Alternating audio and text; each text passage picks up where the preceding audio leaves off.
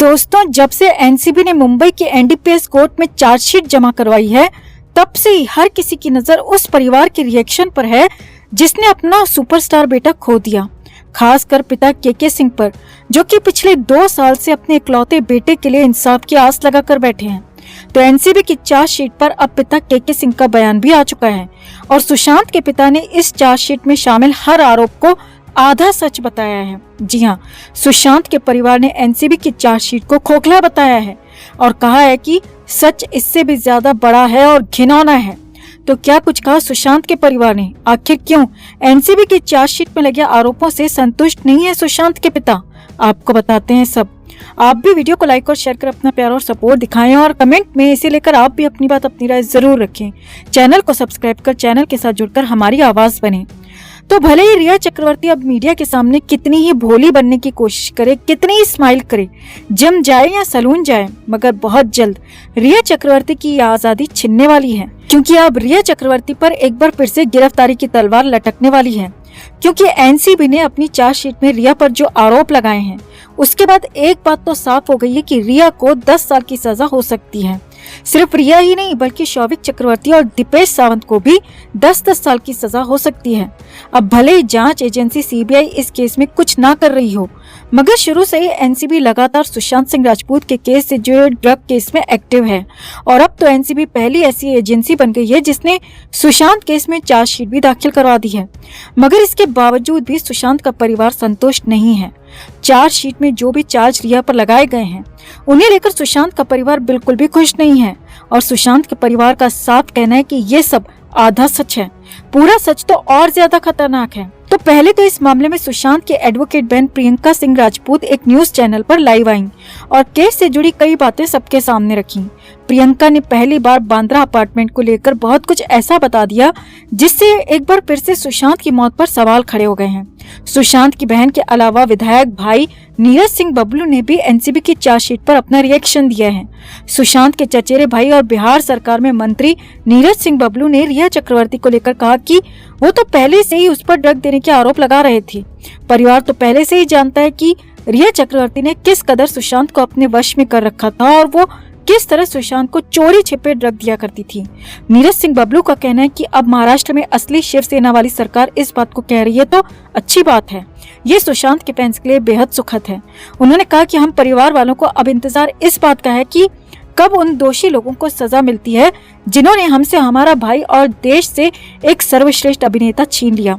यहाँ नीरज सिंह बबलू ने बताया कि सुशांत के पिता अपनी जिंदगी के सबसे बुरे दौर में हैं। इस उम्र में उन्होंने जो कुछ सहा है वो किसी को न सहना पड़े।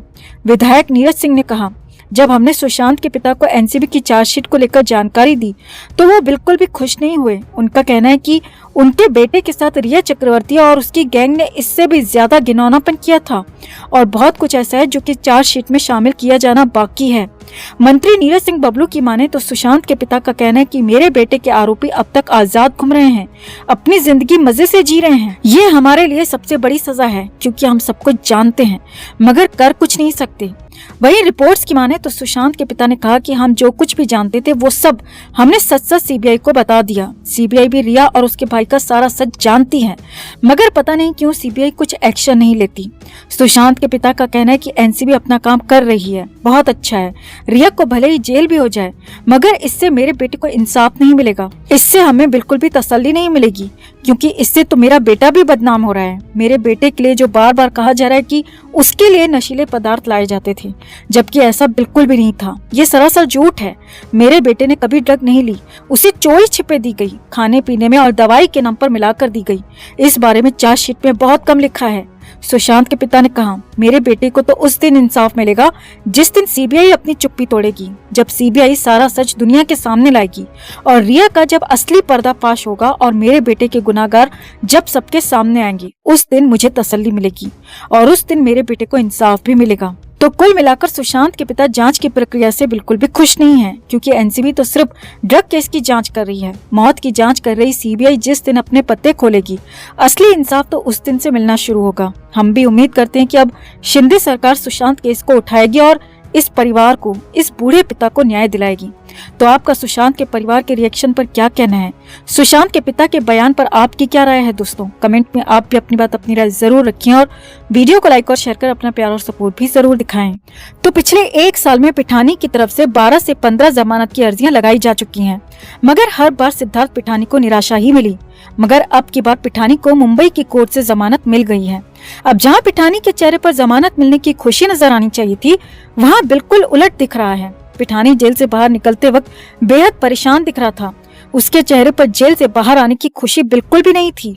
पिठानी के चेहरे पर खुशी से ज्यादा खौफ नजर आ रहा था। और इससे भी बड़ी बात कि जो पिठानी 2 साल पहले तक सुशांत सिंह राजपूत को अपना दोस्त बताता था, वही पिठानी सुशांत का नाम लेते ही बुरी तरह फट पड़ा। जी हाँ, जब पिठानी को जेल से बाहर रिहा किया गया तो उस दौरान जेल के बाहर काफी संख्या में मीडिया कर्मी मौजूद थे, जिन्हें देखकर पहले तो पिठानी ने अपना चेहरा ढक लिया और जल्दी जल्दी निकलने की कोशिश की, मगर मीडिया की नजरों से बच नहीं पाया।